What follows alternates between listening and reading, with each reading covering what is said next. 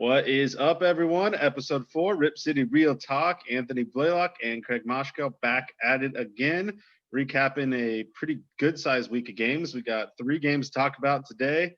Not too much news to discuss, but Small cat interruption.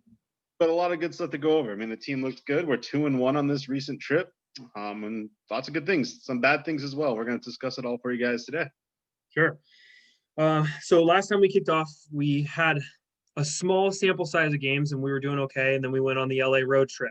We said on the LA road trip, we were hoping in LA to split, and we did, but we didn't do it in the way that you and I thought we would. So tell me about it. No. It was the complete opposite of what I expected it to go down as. Yeah, that was funny, right? We were all thinking we were going to get beat by the Lakers, make it fun and tough, and then the way the Clippers have been playing the first couple of weeks, like I figured that would be a really good game for us. Yeah. No, turns out it was the opposite of that. Yeah. So we go into that Laker game, and from the tip, it looked like we were ready to fight. The Blazers came to go, and I thought we looked really solid. And we all love our wing defense, and we stopped LeBron. But I think you and I have chatted a couple of times about this. Perimeter defense seems to be where we struggle. We don't struggle with teams that are driving on us. It seems like we're struggling with the shooters. So I guess we should have predicted that we would play well against the Lakers because we can go big with them. Yes. But I was really surprised at Derrick Jones Jr. and Robert Covington's defense on specifically LeBron and AD. That was really encouraging. The switching, I mean, you've brought it up before, but it looked automatic. I haven't seen this clean of 2 guys switching so seamlessly in a while, not on this team. Yeah. I mean, you would see Jones start on LeBron and Covington start on AD. They'd do a screen or something would happen with the play, and immediately one of them would be stuck on LeBron, the other one on AD, and they just transitioned so beautifully. It didn't disrupt the offense at all. Or I should say the defense. It did disrupt their offense, and that was the biggest thing is we didn't let LeBron get ahead of steam very often. We didn't let him get a lot of those kickouts. And when they did, I mean, thankfully the Lakers aren't a great 3-point shooting team. They didn't hit a lot of their shots, and they tried to do a lot of the go to AD and do the post game, and we blocked them down. Both of them had pretty bad shooting nights. I mean, LeBron I think still got decent numbers at the end of it, but pure volume, and AD especially struggled from the field. And when you can take those 2 guys and disrupt their game, I mean, you're going to see what's happened. The role players are going to have to be role players. Schroeder got his and made it a fun game. But at the end, they could not get in a rhythm. And defensively, we just threw them off. We threw them off and got a good amount of stops that we turned into points on the other end, which is great.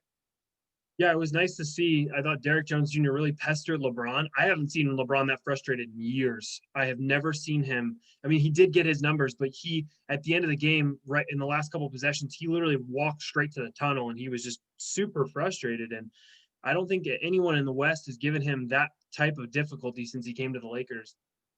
No, it was very visible, and that is great to see. And we pestered him. You know, you haven't seen this since, I guess, Nicholas Batum really getting in some guys' faces with the kind of length and defense and just playing really solid on people. I mean, Mo and Chief slowed some guys down the most recent years we've had them, but it's been a while since we just had a guy at the forward position that can just take the other team's best player, no matter what position, and make life tough on them. And we'll, talk a little bit more about that in the next couple of games that we're going to talk about. But to see Jones and Covington just switch between LeBron and AD over and over and over and take them out of their game, that's the champions. I mean, we took the champions out early in the season when we thought chemistry-wise we were going to struggle. Yep. I mean, they got a lot of new faces too. They're still integrating Schroeder, and they're still integrating a couple other guys, especially at the center position. You got Marc Gasol out there now that they're trying to put in the system. But at the end of the day, it's LeBron and AD, and they've played with each other now for a full season, playoffs, championship. That's what you got to worry about, and that's who we took out. And I really thought with our chemistry, we were going to struggle in that game and then take advantage of the Clippers, who had not so good of chemistry. Yeah. It's funny how it worked out. So CJ has been pretty much the primary offense, right? And in that Laker game, he's looked great. No matter who's defending him or what's going on, he looks like he's gone up another level. To me, it looks like his ball handling is just really tight. He doesn't lose the ball very much. His assist to turnover ratio this year is really good. He's been really good at playmaking. I feel like CJ's leveled up a little bit, and we kind of probably got to put some respect on his name with how well he's played. Has there been anything that you've seen from him that you either love or hate? I think just aggressiveness this year. I mean, Yeah. typically CJ was 17th in the league in scoring last year. It's not like Mhm. he wasn't a good offensive player, and he had what, a couple triple doubles. I mean, Yep. he's able to make plays when he has the ball in his hand, but he usually does it without Dame out there. Mhm. I mean, it takes him a while to get going, especially early in the season, and so far that's not the case this year. Yeah. So far this year, I mean, we're seeing him come out and just shoot the ball aggressively. He's hitting threes, he's driving, and still once he gets going and sucking guys in on the defensive side, able to kick out and find good looks and open shooters. Mhm. And they're kind of doing their part so far. We're struggling a little bit, Yeah. especially Jones and Covington to start the season, but has nothing to do with CJ. I mean, he's getting 6, 7 assists a game right now while scoring, in the mid to high 20s. He's actually outscoring Dame to start the year, and Mhm. we need this backcourt to continue to do this. We talk about it all the time that they're our heart and soul, they're the core. If we're not going to trade CJ, then he needs to play like this, Right. and he needs to step up his game and be more aggressive. And right now, I think we're seeing that. I think he's really taking it to that next level. Yep. He has. And he looks the best he's ever looked. I guess moving into the Clipper game, right? So the Laker game went great. We won. We felt really great about that. I thought defensively was the side of the ball I was most concerned with in that game, and I thought we addressed some of those questions. We go into the Clipper game, and you and I expected our chemistry to be better than theirs, and the Clippers kind of hammered us. And to me, I mean, I don't know what your takeaway is, but it looked like to me Dame was really forcing it that game. He looked like he was almost going too hard a little bit. How did you feel about that Clipper game, and what do you think really happened there? He definitely did a little more offensively attempt Mhm. wise than he does to start games. I don't know if it's just the George and Beverly effect. He doesn't like them. They don't like him. Mhm. So maybe, you get hyped up from the LeBron and you played the other LA team, the championship team. You come in here thinking, okay, we don't like these guys. We just took care of this LA team. We're going to take no problem. And he just wasn't efficient. I think he missed a lot of his shots. And part of that's going to be Beverly and George and the defense that they put on him. But Mhm. part of it was just he seemed to have rushed things a little bit. A Yeah, lot of early shot clock attempts, yeah, things like that we saw that we don't typically see from him to start a game. He's much more of a get guys involved early and take over in the second half kind of guy. yeah, And he definitely came out with a little extra juice. Problem was he just wasn't hitting his shots. And on the flip side of that, when you're coming down and taking a lot of attempts, you're not hitting them, and then the other team's going to come out and shoot 46% from three. I don't remember the exact percentage was from them, but it was high to start that game. I mean, it was ridiculous. They would not miss from deep, put us away so early that it mhm, just again took Dame out of his element. Then he had to start forcing up things, try to get us back in the game, and you saw him have one of his worst games probably of his career, to be honest with you, at least in the last couple of years since he's really peaked. This was yeah. not a good look for him Agreed. offensively. So Well, and something else that happened between those two games, right? So you're watching the Laker game. Gary Trent Jr. went absolutely nuclear in that game, and then at the end of the game, he kind of his calf tightened up. You could see him stretching it at the end of that Laker game, and then he was out for the subsequent Clipper game. And I think Gary Trent Jr. is the spark plug for the offense, right? When the offense is kind of struggling, if he can hit his shots, if CJ can hit his threes, whatever it needs to be, if we're having a lull, one of those two guys can typically step up, and Dame is going to do that too this year, right? Those three guys are going to get hot. In the Clipper game, we really missed, I think, his energy a little bit. And I also think it's worth noting that Kawhi had come back from his yeah, 3 game absence. So, you're looking at the box score and you're thinking, well, the Clippers were only like whatever 1-3 when we played them, but they're a better team than that. They just didn't have Kawhi during those games because he got hurt in the second game of the year or whatever it is. So right. Yeah, it's one worth and two mentioning. just got beat by 50 points. I mean, it wasn't looking good for him. And Yeah.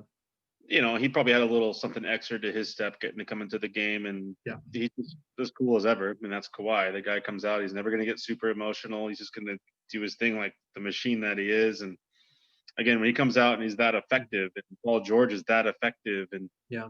the guys are hitting all their shots, that's a team that's going to be really scary. When they're not on, they're terrible. I mean, their offense really relies on a lot of outside shooting. Even Ibaka, I mean, that's typically what he does Yeah. on offense. He's going to get out there and Absolutely. hit threes, and you And really have to be stretch. prepared for that. And we've talked about perimeter defense over and over and over Hmm. being this weakness. And as good as Jones and Covington look against back to the basket guys, or guys are going to come up and they're going to ISO on them and they're going to look to, drive and then kick out.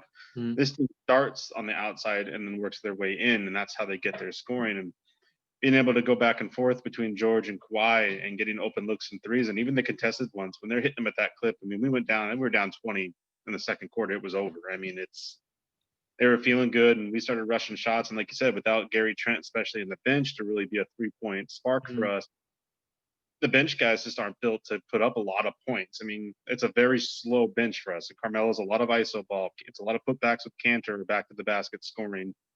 And it's just not how we're going to operate against a team that has a lead like that. And when they're bench guys like Lou Williams, I mean, they have one of the best benches in the league. They always have, at least the last few years again. And they're going to come out and do what they did and put us away super early. And that's just too much to recover by. And it's too bad because we really did get our hopes up in that Laker game, and to see us just completely collapse on the outside of the line like that is what we're going to have to worry about with a lot of teams that are going to be able to shoot the three from almost every position. Yeah, and it's tough because after the Laker game, I think we were all so excited. We've transcended defensively. We're getting better. And then, it's the nature of the NBA. A team can come out and shoot. The Clippers shot a ridiculous percentage from three. I can't remember what it was, but they were shooting well over 50% from three for a lot of that game. They were just red hot shooting, and we just couldn't stop them. And the Blazers do that to teams too all the time. I think we as Blazer fans want to see consistency, right? We want to see us come out, play consistent defense, shoot consistently. This year, the 3 points, as far as percentage wise, our 3-point percentage feels a little low for us. It feels like at times Dame is off, or the rest of the cast is off. I think we need to get more consistent shooting out of Rocco and Derek Jones from a percentage standpoint, not a volume, but just hit the open shots that you can hit, right? Yeah, and that's one of the things we discussed bringing them in. I mean, it was not only just the defense, but we felt like we had two really good 3 and D guys. Part of that being the 3, and maybe not Jones as much. He's not been a great career 3-point shooter, but especially Covington. He's really struggled deep, and he's gotten a lot of good looks. And when he's missing them, it's tough because not only is it making it hard for him to transition back on the defense after he takes a shot, but at the same time, mentally he knows that's kind of what he's brought here to do. And I think it gets tough for these guys. It gets in their head and it doesn't help those percentages go up. You can see him get frustrated on the court. You can see both of them get frustrated when they miss a shot like that. And the Clipper game, especially when Dame is off as far as he was, if those guys aren't stepping up and Dame is trying to start going back to getting the assists and going to playmaking mode earlier in the game, or when he's struggling, those guys got to get hot and they got to be able to hit the looks that they get. At least, 30% of them. I mean, like you said, it's not the volume, it's the percentage that needs to go up. It's just hitting more of the shots that they get the opportunities to hit than anything. And until those two get going offensively, we're going to sputter. Then we're going to have bad games because we need CJ and Dame to be on form every single night against a team like the Clippers. Whenever we get those games where there's 2-3 stars on the other side, and they're hitting threes the way they're hitting threes, and they're going to attack us. The Utah game is another example of that. When we start getting hit that hard from the perimeter, if other guys aren't going to step up and score, we're going to rely on a lot of Nurk. We're going to rely on a lot of twos, and it's just not going to get us any wins in that particular department. Yeah, I think there's things to be encouraged by we love Cantor and we love everything Cantor has done. I love him in the second unit. I think he's A, instant offense, and B, just a fun rebounding presence. When you're talking about the offensive rebounds that this guy's bringing in, I saw 3 or 4 tonight that I was just like, he had no business getting that rebound, right? He was surrounded by 4 guys. He's a warrior, and we love him. I think it's nice to have a backup center that you can trust.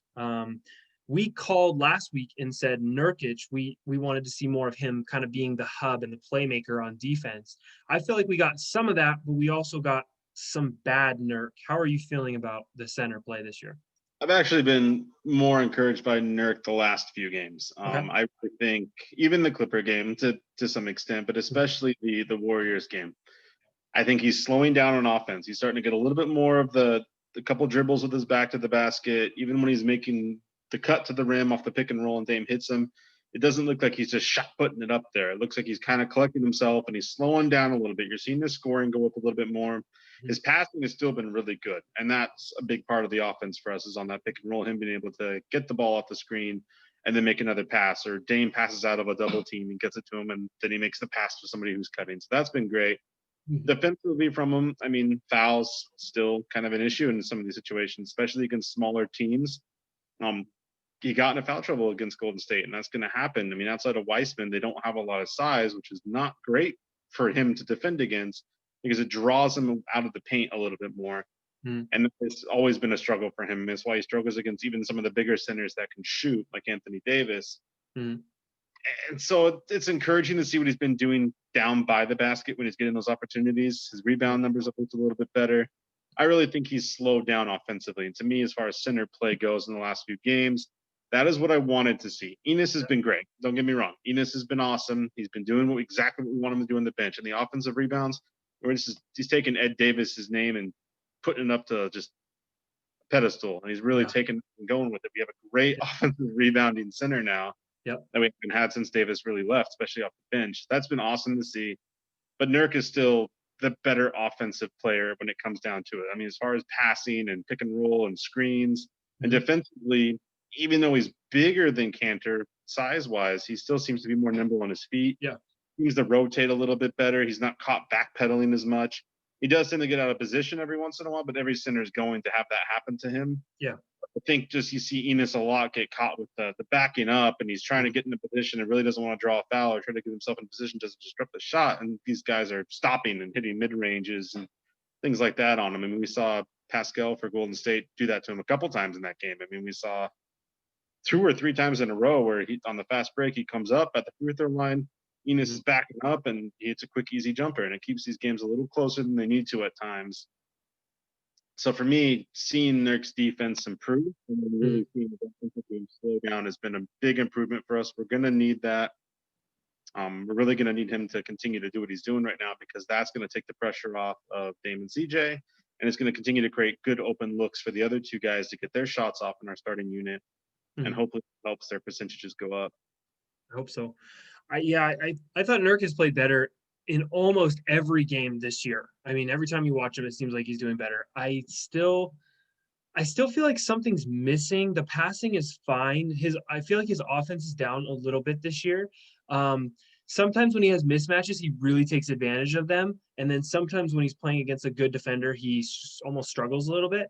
But it's kind of surprising that we've been better against the bigger teams. Like we have Nurk and Cantor, and we've played tougher against teams like the Lakers that have better bigs. I expected that to not be the case. And it seems like we're getting outshot by the smaller, switchier teams. um, the Clippers gave us a problem. Utah gave us a problem. I think we'd match up really well with Denver. I think they'd be a series I'd want to draw because I feel like Nurkic versus Jokic would be really fun, and I think we could shoot with them. Like I'm not scared of them defensively. The Golden And State game, down on series talk. Let's get into the dance first. But yeah, I I just agree. mean matchup. Certain teams, especially in the West, you talk about the main competitors who I think we're going to match up for, and the same with Utah and same with the Clippers. The smaller 3-point shooting teams. I mean, guys like Bogdanovich and Ibaka are rolling out. They're hitting Hmm. threes, and it's hard for Nurk and these guys to want to get out there and help. Their instinct is to get Yeah, down by the basket and block shots and just rotate. And that's where their help defense is trying to go. When you pull them away, yeah, not their game, and that creates other guys having to run over and try to help, and the ball moves, and you get a wide open 3-point shooter, and that's deadly to us. It's been our kryptonite for a while yeah. now. What would have been really nice, and we probably won't see it this year. What would have been really nice is to see some units where you have Zach Collins or Giles at the five, just some smaller units. I think most of the time you see Cantor or Nurk out there, and like you said, they just can't roll out to the perimeter because Stott's system is a drop coverage system where we want to keep the center pulled in. And I understand that, and it makes total sense. I just wish we could get more small ball lineups, but it probably won't happen this year. I don't think so. I mean, we're already kind of small ball when it comes to our starters. I mean, Yeah. Covington's playing 4 for us, and he's not a Yep. traditional 4. So Good call. it's more so, and it's not necessarily being small ball, probably versus athleticism than anything. I mean, it has Yep. to do with Nurk's just he's too big to be able to get out there on these guys and then get Mhm. back in and help when the ball is kicked out and driven on. So Yeah. that's going to happen, and that's fine. You're going to give that up every once in a while. It's the consistency I didn't like against the Clippers. It was how often they got looks that they wanted on the perimeter, and how often they took us out of our defensive schemes and Yeah. caused guys like Jones and Covington to be out of place Yeah. via screen or what have you. And that's concerning for us. It's going to be concerning every time we play a team that's historically good at shooting the three, or just has a bunch of guys that can hit the three in general. Maybe they're new additions or what have you. But Yep. we'll talk about those as we get to those situations. I really thought Golden State would give us a little bit more of a fit from three. I mean, Curry's going to do Curry things. That's going to happen. But Oubre's, I think, after that game, after the playing against us, he's 1 of 25 from three. So he's on a literally historically bad shooting in the NBA all time. I mean, the last time we saw something this bad, I think it was J.R. Smith was 3 of 25 to start in 2017. Yeah. And before that, yep. I don't even know when a guy started this bad. So that's really helpful for us. And Wiggins is super hit or miss. I mean, yep. guy has all the offensive talent in the world, but the consistency's been off with him. So that actually helped us a lot. It kind of forced them again to get out of their element. Golden State's a weird team. When they're not hitting the three, we saw what happens. We're able to take them out of their offense. We got a lot of stops. I mean, you saw Jones take Curry at half court. That is something that we need to discuss, because that is something we haven't had in a long time. We haven't had a defender that can go take to the team's best player, full court, half court. I mean, they're coming up there and meeting him. Yeah. And it just completely disrupts another team's offense when he's doing good at it, when they're able to recover off the screens. Mm-hmm. So I love seeing it. I mean, that was great. So I want to talk to you a little more about that. I mean, what are you noticing as far as Jones's defense going against Curry, Harden, George, Kawhi, Davis, LeBron, Mitchell? I mean, my goodness, the gauntlet of talent that he's been defending lately. How are you feeling about him still? I love it. I love what he's given us, both from it, like you said, full court defense. He's done it with a smile on his face. He's been really switchable, which is something that Portland has lacked. A lot of fans don't understand, and we've talked about this several times, the switchability.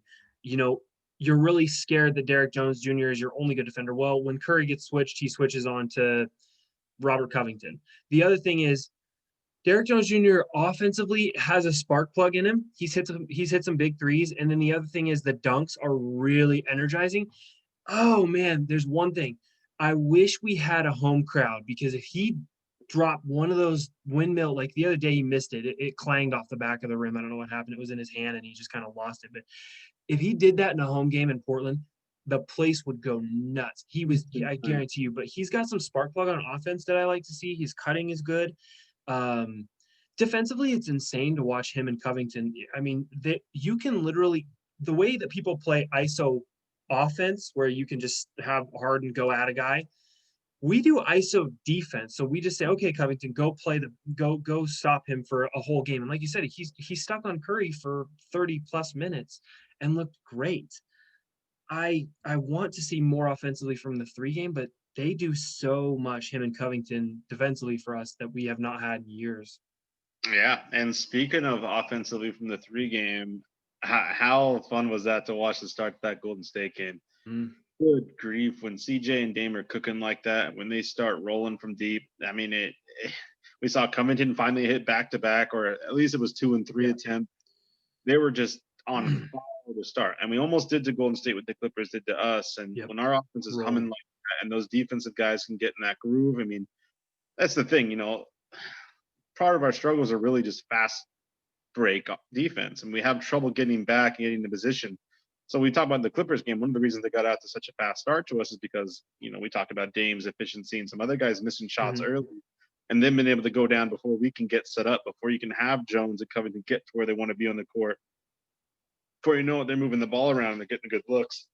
Whereas with Golden State, we were hitting all these shots, which means they're inbounding the ball. We're already back. We're getting set. We're planning for Curry to come up. We got Jones on him.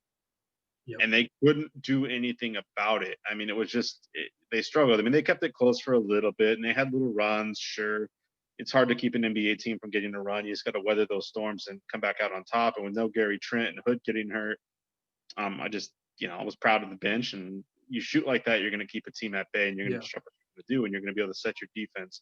We didn't get that with the Clippers. That was a problem. We were missing shots. They were coming down.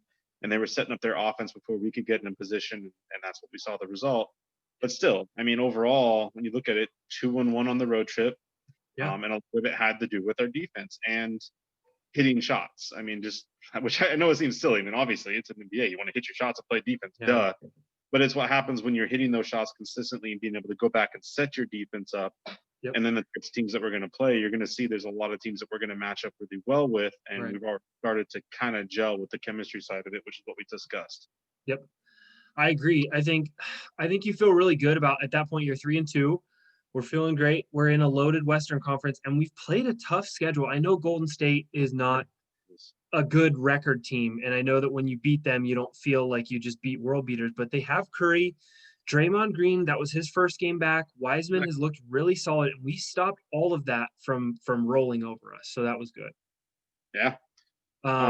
Move on to the bench play a little bit. I want to talk about the bench because we kind of, Jones and Ruocco. I mean, we're up in this podcast. That's a really cool thing for us to show the casual fans early on in the season because they're not only the two additions, but they're the two biggest additions, both offensively and defensively for the team with the threes and the defense. So discussing them in length, some hot, some cold. We're going to just hope that we can get better. But the bench play is something I want to discuss with you because we saw Harry Giles get a little bit of action. Yeah.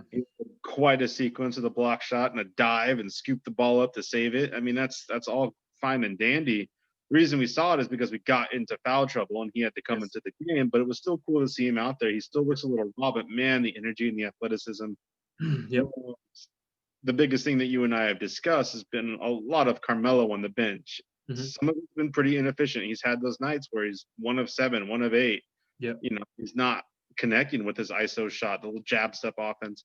But when he is on, I mean, we're seeing him we had 18 points against Golden State. So it's tough to determine whether or not you want him to continue to get looks. I'm curious about you. I'm a big Carmelo guy on the bench. In there, you're not so hot on him. So I'm interested to see what your opinion is with a very hot and cold start to his season. Well, it's really difficult because he started off the year, the first 3 games. Gary Trent was out, and we were kind of struggling with what to do. And I think Stotts thought he could count on Melo, right? Melo was great in the bubble, and Stotts probably said, early on in the year, I don't want to give the ball to young guys. I'll give it to Melo. He's a Hall of Famer, probably a Hall of Famer. I don't know, but he's probably first ballot Hall of Famer. I would really think. Okay. I mean, he's going to be a top 10 scorer when it's all said and done in the entire. Yeah. He in the last game, he passed Duncan for 14th all time, right? Scoring wise. So he's an absolute monster. But here's the deal. So Stotts thinks he can rely on him. He brings him in. Melo has lost a step, and that jab step is nowhere near as effective as it used to be. I'm sorry, but every time I've watched him, the jab step doesn't get anybody. What does get people is Melo is still way bigger and way taller than most people. Think of like Kevin Durant. He's going to shoot over you. So when you come up to defend him, he's probably going to get over the top of you. The thing that has been great about Melo is in the last 2 games, he's picked up the efficiency a little bit and he's hitting his shots more. I don't want back to the basket Melo. Back to the basket Melo is slow and there's very little passing. So in almost every case, I'd say like at least 75% of the time, he's going to shoot it. I want spot up Melo or jab step Melo because those two, he can still pass. If he wants to. In the bubble, he was swinging the ball, he was throwing the ball out, he was kind of moving it a little bit. I feel like, and I don't know why, he just in the first few games kind of reverted to old school Melo. I'm not opposed to playing him. I do think we got to figure out a creative way to play him not with Cantor because I don't think the two of them can coexist defensively. That's just my opinion. Yeah, I mean, defensively, it's weird for me to say that. They're both not good defenders. I give you that. But as far as not playing them together, it's a lot about what they do for the offense in the backup unit. Sure. And for the offensive side of the backup unit, I mean, it's hard to beat those two guys on a front court level. When Carmelo is on, he's going to be that 15 points a game kind of night kind of guy. He's already did 15 points 3 times in 5 games. So he's doing that. That's great. When he's missing shots, we're seeing a lot of cleanup work from Cantor. So they do typically coexist well together. We also don't have the issue where we need to have 2 guys that are going to have to score a lot of points in the paint. Carmelo can still stretch it out a little bit and let Cantor do his thing down low. I agree with you in regards to the jab step Melo. He's not really faking a lot of people out. And I think the reason he's not able to get people to bite is he doesn't have the oomph. I never see him drive anymore. A lot of his offense when he does score down low, it's a lot of the pan check. And thank goodness he can get away with it. because it could very easily be called against him a lot. You're going to notice that. I mean, a lot of fans probably don't see it, or they do, and they're like, "Oh, that was a great move." That could very easily be a foul. And if he's not able to get that arm off and clear a little bit of space, he Yes. doesn't have the hops. He's not dunking. And I just worry that that lack of agility, that lack of being able to drive, Mhm. slows it down too much. Spot up Melo is iffy. He's never really been a spot up guy. I mean, yeah, he can hit the Mhm. three, but as far as like pass the ball to him and he's boom hitting the shot, I don't want the offense to rely on too much of that. At least not contested. If he's going to go out Yeah. and get a corner look, or one of those looks where he's open, maybe the ball finds its way to him off a pass. Great, take it. He's good enough to where he can keep the defense honest, and he hits enough of those shots to make it worth it. Yeah. It just, I don't know. I struggle back and forth. I still like what he can do on the bench, and I like him in certain situations Yeah. with certain matchups. But I agree, it slows us down almost too much. And I really just want to see him take a little bit more time to look for passes. I Yes. think he could pass a little bit more. Yeah. I am not opposed to the offense continuing to run through him the way it is. But Sure. it's like the ball gets in his hand, and it's like watching I think Melo fans are going to hate me for this, but it's like watching a worse LaMarcus. It's It watching a is. guy get that ball right in that same spot, and you know Yep. he's going to take it in, and you have to live with it being a miss or a make. When it's on, great, our bench is rolling people. When it's off, It's it's not. taking the time, it's slowing things down, and he's not fast enough to get back on defense, and the entire thing gets out of Yeah. sync. Well, and it's worth mentioning. Okay, so the second unit is typically this is what happens. The four of the five starters come out. CJ stays in the game. Then you have Gary Trent Jr., Rodney Hood, Mello, and Cantor. Right? That's typically the second unit. There can be some finagling where they leave Derek Jones Jr. in, or they leave Covington in for defensive purposes. For the opponent, but yes. But it's worth mentioning because here's the thing: if CJ's not going to get you that bucket, none of those other guys have offense that can run through them. So I think what happens is a lot of times you see the offense funnel to Melo because he can actually get his own shot.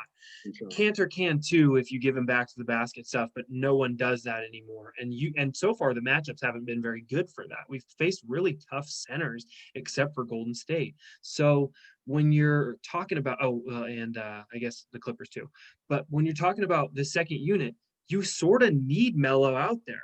The other option is you play two guard lineups. So you have Anthony Simons and you have CJ, and then you have Melo, and maybe he's shooting more. But at this point, Melo, the problem is Melo has to create in that second unit. And I know it's not always pretty, but he's got to get us points. Right, because I mean, as good as Gary Trent has improved from his mid range game, a little more post up game from him. He's driving a little more than he Yeah. used to. That's fine and dandy, but at the end of the day, he's a 3-point shooter. He's looking to get a 3-point shot. He has to have some help to get it set up, and he's lights out when he gets it rolling. I mean, we saw it, but The best it, comparison for me to Gary Trent Jr. is like poor man's Klay Thompson. He's hitting a ton of threes when he's spot up, but he's not gonna get you a bunch of buckets on his own. If he gets red hot, he can probably do a whole lot for you. But it's not playmaking and handling the ball. I do agree with you that Melo needs to pass more. I think if he passed more and showed people the threat of him playmaking, it would help a lot. But the second unit is all that. This is a whole brand new unit. They've never really played together, so we got to kind of give them a break too and give them time. You can't just say, okay, Melo is bad for 3 games, don't ever play him again. That's not how this works. and you got to imagine like these guys are playing with Carmelo Anthony was out there. His presence alone, just his name alone, I think some of these guys want to give him the chance to go out and score. He's Right. a walking bucket, as people call him. So I mean, I like what I've seen from the most recent Carmelo. I think Yeah. again, when he's efficient and he's on, it benefits us tremendously on the bench. You have one of the better Yeah. benches in the league. When he's off, it's bad and it's disastrous. But that's going to Yeah. be like a lot of guys. I mean, it's hard to really say it's all Melo's fault. That's what he wants to go out and do. Yeah. Hopefully, we continue to see him be efficient. I would just like to see him pass a little bit more on offense and Yep. defensively. I like to see him help out with a little more rebounds. Lately, he's been rebounding better. I mean, even in the Golden State game, we got to hear a lot more of the trademark. I got it, and that's Yeah. fine and that's fun. But it just seems like his energy level's not there. I mean, that's just age. He doesn't have the same explosiveness. Agreed. So it would just be nice to see him look to pass the ball a little bit more than taking those deeper twos Yeah. and trying to live with the result. I mean, if it's not there for him, he's not able to back a guy down and get a really good look. I'd like to see him kick that ball out straight, get it to a shooter, and maybe it'll come. I mean, that's just part of it. Yeah. But Well, and for better or worse, Stotts tends to stick with guys. He likes his rotations and he tends to stick with them. So Melo might be having a bad shooting night or a bad offensive night, and Stotts will stick with him. And I understand the patience, and I think we as fans just need to trust them. And if Melo has actually lost it, like what we're talking about here, that will be more evident, and he will get less playing time. But until that happens, we need to see more of it, and we need to see what if he can gel with this second unit. So I just preach patience. Yeah, I would say so.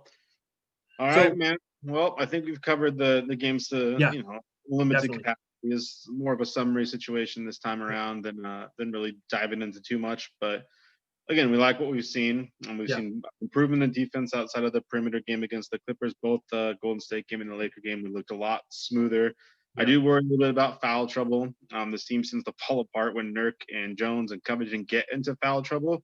They don't have a lot of defense outside of those guys. That was right. one thing I saw with the Golden State game that I want people to keep an eye on. Yeah, Is what happens when we get into foul trouble. Who starts coming into the game? What kind of rotations we're going to? yeah, We saw more of Carmelo than maybe we'd like to see. We saw Harry Giles. It's tough when Nurk is getting into foul trouble, but more so Jones and Covington, because that is it. That yep, is, I mean, those are the wing defenders that we have out there. We don't have any other guys that can really play defense on the starting five. I mean, Nurk is serviceable, but as far as the perimeter defense, Dame and CG are they're useless. I mean, I'm yeah, sorry, they hustle, they try, but they're not going to defend people from shooting the three. And on the bench, Trent looks great. Hood yeah, does his part, but it's tough when you start getting in these situations with foul trouble. I'm glad we pulled out of that Golden State game with the win, but if we see yep, foul trouble going forward, it's important to start keeping an eye on that and just making sure that the aggressiveness is able to stay up without fouling. So something to keep an eye yep, on. But I think like I said, I think we've covered everything we want to talk about with these couple games. Overall, 1-1 against the LA's on the road, and you beat Golden State in the first of the back-to-back with them.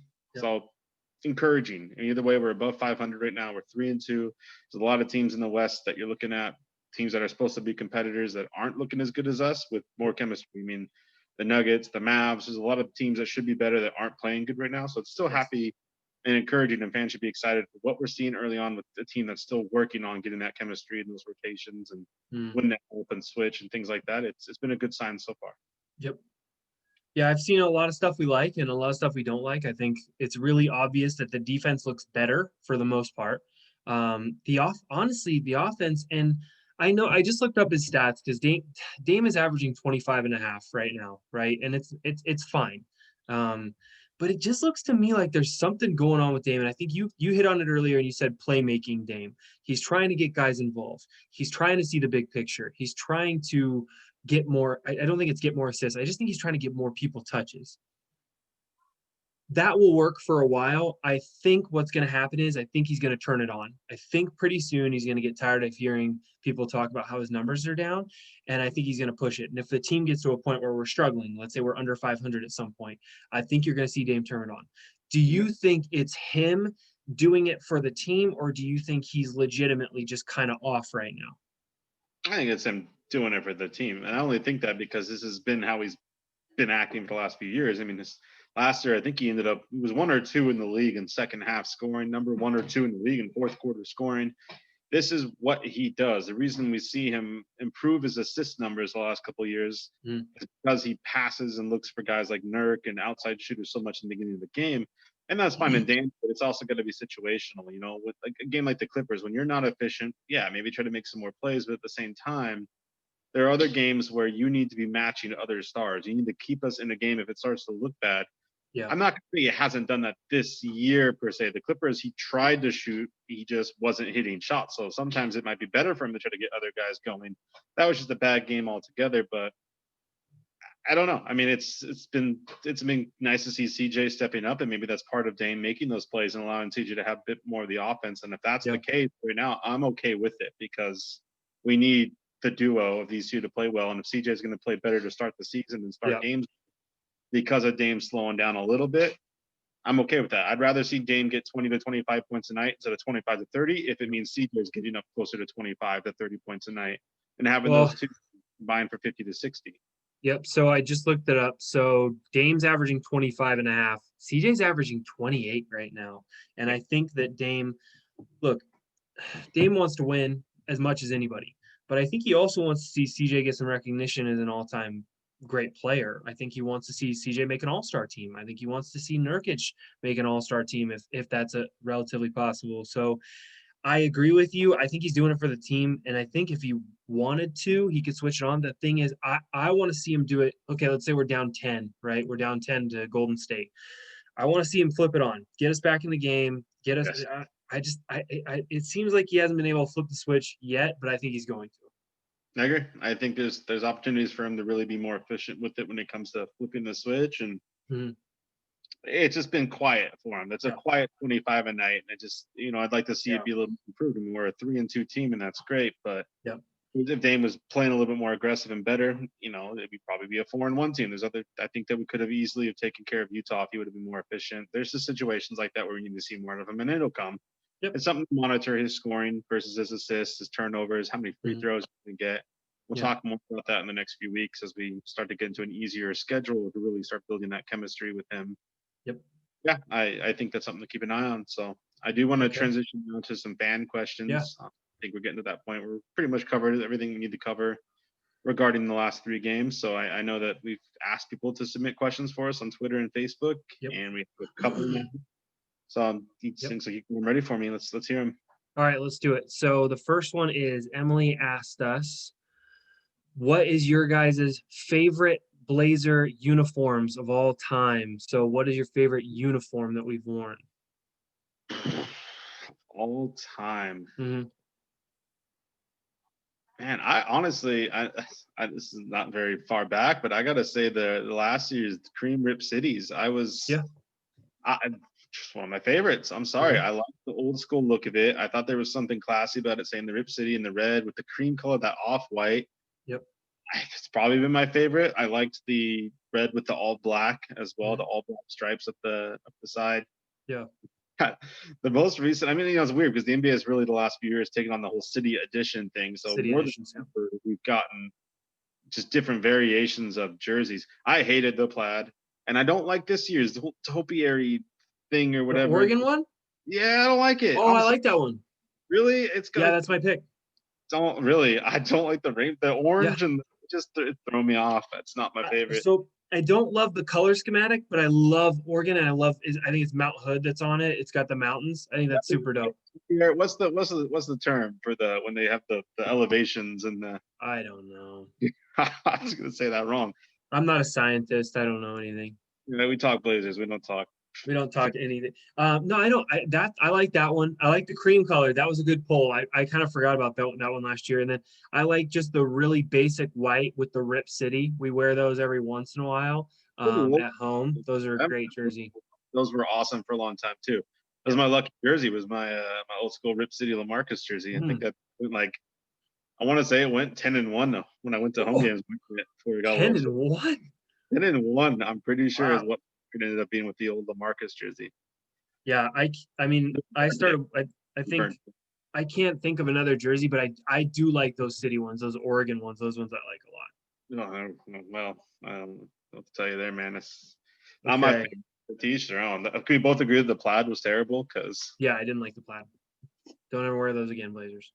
Okay, so another question. So Raina asked, why is Nurkic so hot and cold? Why is he on sometimes and off sometimes? And why does it seem like that. Okay, perception's a fickle beast.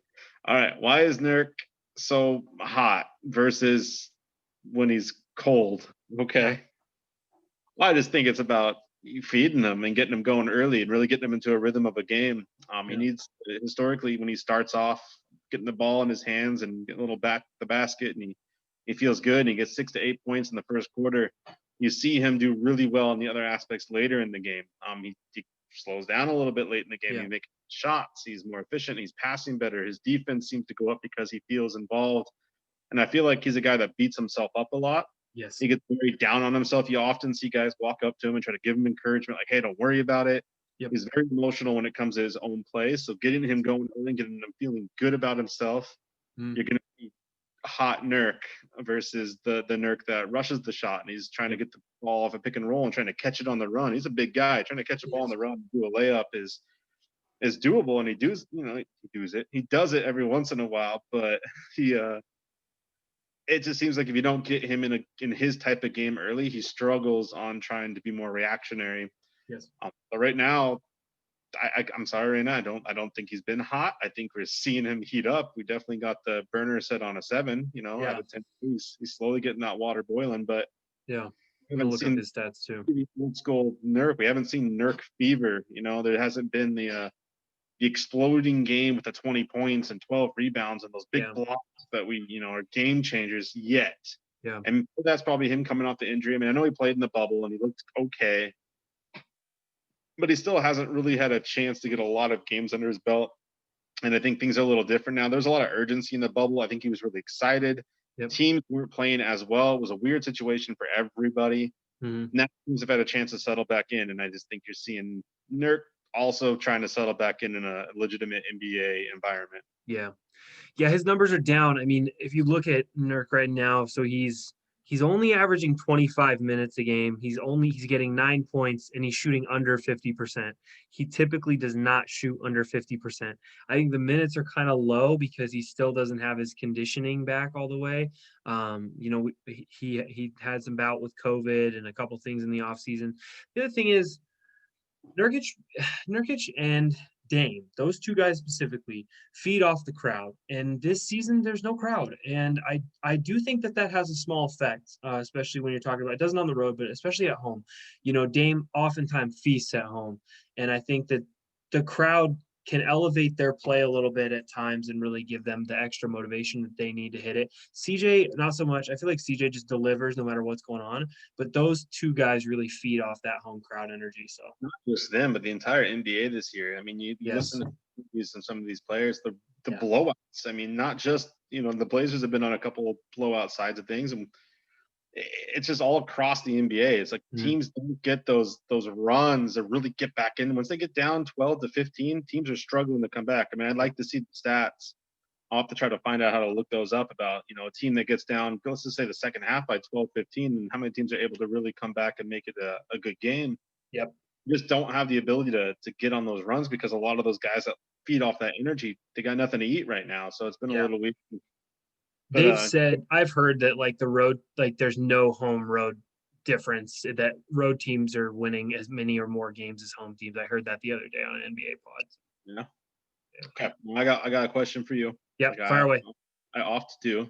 Yeah. Given his play and the competition, is CJ making the All-Star? It's early, but is CJ playing at a good enough level compared to the other guards, the Currys, the Hardens, the Dames? Yeah. Is he going to be an All-Star this year? You're always talking about trading CJ, so I need to see if you're willing to trade right now. He's really making me eat my words this year. I think he's an all-star. I mean, with the way he's playing, and not only scoring, but he's really been efficient, and he's played better defense than people give him credit for this year. He's been taking guys and stripping guys down low a lot when they kind of roll towards the basket. The other thing is he's playmaking more. He's got more assists. He's averaging more assists this year, but 28 a game is very respectable. I don't think it's going to stay that way. I think he's going to average about 25, 26, but that's going to be a career high for him. And when you're talking about CJ, he just looks confident in every game he's played this year. When he takes the shot, it's going up. And when he's got one-on-one defender, he's breaking that guy. He has broke some really good defenders this year. And his step back is one of the nastiest in the league. Like, I've watched a lot of Harden. He's a little bit better, but CJ's is not that far off from Harden and Jamal Murray and all these guys who can step back. So I do think he's going to legitimately beat Dame for the All-Star spot. Yeah. I'm starting to come up with my own little nickname for him. I haven't told anybody this, so this is a first time world premiere CJ nickname. I'm starting to I'm calling him the lifeguard now, because when you need a clutch basket, he's delivering. And the man's floater game, let me tell you, it's the best contested floater games in the entire league. Watch him go up that little one hand thing. So lifeguard. You're gonna hear me call him the lifeguard more often than I probably ever called anybody else a nickname, because I'm really trying to get it to stick. So you guys heard it here first. When they start calling the lifeguard on TV, you'll know. On Rip City Real Talk, Lamar heard that. He read our comments and saw the podcast somewhere at 3 a.m. while he was coming back on a plane. And the lifeguard. So that's I love it. Gonna stick. Okay. So my question for you, and we've talked about this on and off pod several times, and it's do you want us to make a move this year? Do you want us to make a trade this year? I know that we have some stuff going on. I know Gary Trent Jr. and Collins are in contract years, and you could feasibly dump them for someone if you wanted to and bring someone in. So if that's the case, what is your ideal move, and is it big or small? I don't know if we have enough time to Yeah, discuss in the podcast right now with things right. wrapping up. But I'll keep it simple for now. I'm not going to talk about names and who's yet. I don't think we have the time for it. That is one thing that I think as trade season gets, coming in hot, then we'll discuss a little bit more. Yeah. I do think they'll make a move, and I think it'll be small. Okay. I don't think you're going to see any. I mean, we're not going to do a blockbuster unless CJ goes, and we're not getting rid of CJ, especially Right. not the way. So, regardless of any kind of move we make, it's not going to be big because we can't afford to make a big move without getting rid of really CJ, unless you decide Yeah. to move Kirk. And again, that's one of those things I don't see them doing. So, Yeah. I think it'll be small. I think it'll involve a guy like Zach or Cat. It'll be something weird like that. It won't be anything people are really expecting. It's not going to blow your mind. As we get closer to it, I do think Trent is going to be a very interesting piece. We've talked about it outside the podcast. His money in the offseason, what he's going to get, the fact that he hired a new agent, a big time agent, and the fact that he turned down our extension already tells me he's expecting to get north of 20 million in the off potentially. And I don't think we're going to match that. We're not, he's restricted because you're not paying that much money for 3 guards, a guy you're not even going to start. Right. So I think if we make a move, it'll be involving him. I don't think it'll be major unless you really do some crazy package. And like I said, we'll discuss that when rumor mills start rolling when we get closer to that date. But just to touch on it a bit for the I think we'll make a small move. I think any contender is going to look to make a move to do something, whether it's to keep you rolling the next couple of years while you're in the middle of this window. Yep.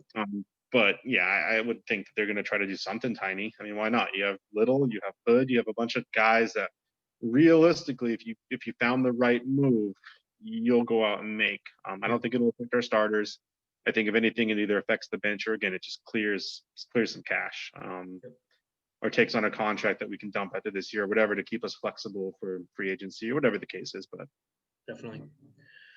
Okay, well, I think it's worth leaving the people with just telling them that we have had a very tough schedule and we have a lighter schedule coming up. We're not gonna get into the games coming up too much, but the schedule does lighten up. So look for the Blazers to step on some of these. We play a few East teams that shouldn't be very good.